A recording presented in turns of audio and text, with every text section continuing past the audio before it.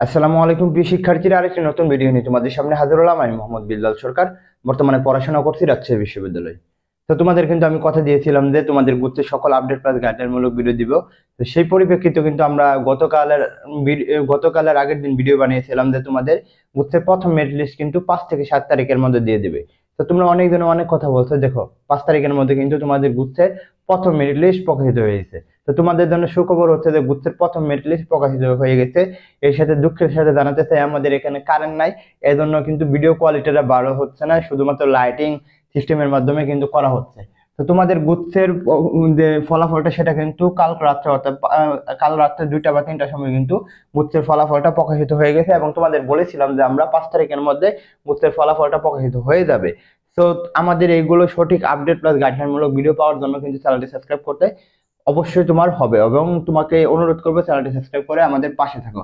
দেখো এখানে বলবো যে গুচ্ছে যারা চান্স পেয়েছে, অর্থাৎ চান্স পেয়েছে আর হচ্ছে চান্স পায়নি, অর্থাৎ চান্স প্রাপ্ত এবং চান্স পায়নি, তাদের দুইজনের করণীয়টা কি সেই বিষয়ে কিন্তু কথা বলার চেষ্টা করব।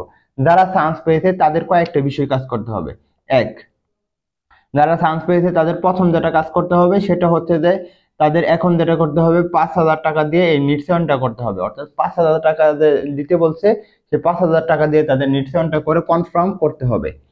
তো তারপর যেটা করতে হবে, মনে করো তুমি জগন্নাথ বিশ্ববিদ্যালয় আর মনে করো বরিশাল বিশ্ববিদ্যালয়, তাহলে তুমি বরিশাল বিশ্ববিদ্যালয়ে চান্স পেয়ে গেলে, প্রথম মেরিটে বরিশাল বিশ্ববিদ্যালয় সিলেক্টেড হয়ে গেলে। এখন তুমি ভাবতেছো না আমি বরিশাল বিশ্ববিদ্যালয়ে পড়তে চাই না, হয়েছে আলহামদুলিল্লাহ ভালো হয়েছে, কিন্তু আমি জগন্নাথ বিশ্ববিদ্যালয়ে পড়তে চাই। তখন তোমার কি করতে হবে? তখন তোমার যেটা করতে হবে সেটা হচ্ছে মাইগ্রেশন। তখন যেটা করতে হবে সেটা হচ্ছে তোমাদের মাইগ্রেশন করতে হবে। অর্থাৎ তুমি যদি মাইগ্রেশনটা 1 রাখো তাহলে কিন্তু তোমার এখানে মাইগ্রেশনটা যখন দ্বিতীয় মেরিট লিস্ট প্রকাশিত হবে, প্রথম মেরিট লিস্টের যে খালি সিট থাকবে সেই খালি সিটের পরিপ্রেক্ষিতে কিন্তু তোমার মাইগ্রেশনটা হবে। আর যদি ভাবো যে না আমি বরিশাল বিশ্ববিদ্যালয়ে পড়বো, আমি আর কোনো বিশ্ববিদ্যালয়ে পড়বো না, তখন তোমাকে যেটা করতে হবে এই মাইগ্রেশনটা অফ রাখতে হবে। মাইগ্রেশন কি রাখতে হবে? অফ রাখতে হবে। এটা হচ্ছে নিয়ম। সো এখন যেটা বলবো সেটা হচ্ছে যে কি করতে হবে, যে এইচএসসি প্লাস এইচএসসি যে মূল মার্কশিটটা রয়েছে সেটা দিয়ে কিন্তু নিজে গিয়ে কিন্তু ওইখানে জমা দিতে হবে, কারো মাধ্যমে গেলে কিন্তু হবে না। অর্থাৎ তোমার পিতামাতাকে পাঠাইলে তাহলে কিন্তু এখানে তোমাকে ভর্তি বাতিল বলে গণ্য হবে এবং তোমাকে কিন্তু এই নির্ধারণটা করতে হবে 5 থেকে 7 তারিখের মধ্যে, আদারস কিন্তু তোমার ভর্তি বাতিল হয়ে যাবে। এখন বলবো যে যারা চান্স পাওনি তাদের করণীয়টা কি?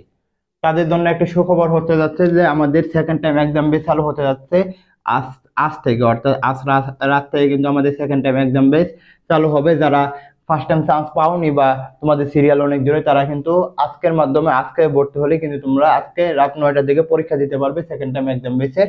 মানবিক, ব্যবসা এবং বিজ্ঞানের জন্য কিন্তু মোটামুটি এটা চালু থাকবে ইনশাল্লাহ। এটা চলবে 7 থেকে 8 মাস, অর্থাৎ পরীক্ষার আগ পর্যন্ত কিন্তু তোমরা এখানে পরীক্ষা দিতে পারবে। তো যারা সেকেন্ড টাইম এখনো চান্স পাওনি বা তোমরা জিএসটির মধ্যে প্রথম মেরিটে চান্স পাওনি, তাদের করণীয়টা কি? অর্থাৎ গুচ্ছের প্রথম মেরিটে যারা চান্স পাওনি তাদের যেটা করণীয় সেটা হচ্ছে তোমাকে এখনো ওয়েটিং লিস্টটা দেখাচ্ছে সেটা কিন্তু তোমাদের ধৈর্য ধরে থাকতে হবে। অর্থাৎ যেহেতু মোটামুটি 4টা মেরিট দিবে তারা বলছে, তো একটা মেরিটের প্রথম মেরিটে কিন্তু অনেক কম টানবে, অর্থাৎ এতটুকু সিট থাকে তাহলে মনে করো এর বেশি যাবে না, কিন্তু দ্বিতীয়বার যখন সিট যাবে মনে করো এতটুকু সিট এতটুকু খালি হয়ে যাবে। তো তখন কিন্তু তোমাদের এতটুকুর সাথে আরো এতটুকু সিট যুক্ত হবে, অর্থাৎ তোমাদের একটি চান্স পাওয়ার সম্ভাবনা থাকবে। তো যারা সেকেন্ড টাইম দিবে আমাদের সেকেন্ড টাইম এক্সাম বেসে ভর্তি হয়ে যাও। আর তোমাদের জন্য শুভকামনা, অবশ্যই চ্যানেলটি সাবস্ক্রাইব করে আমাদের পাশে থাকো। এগুলো আমি শেষ করছি। আসসালামু আলাইকুম।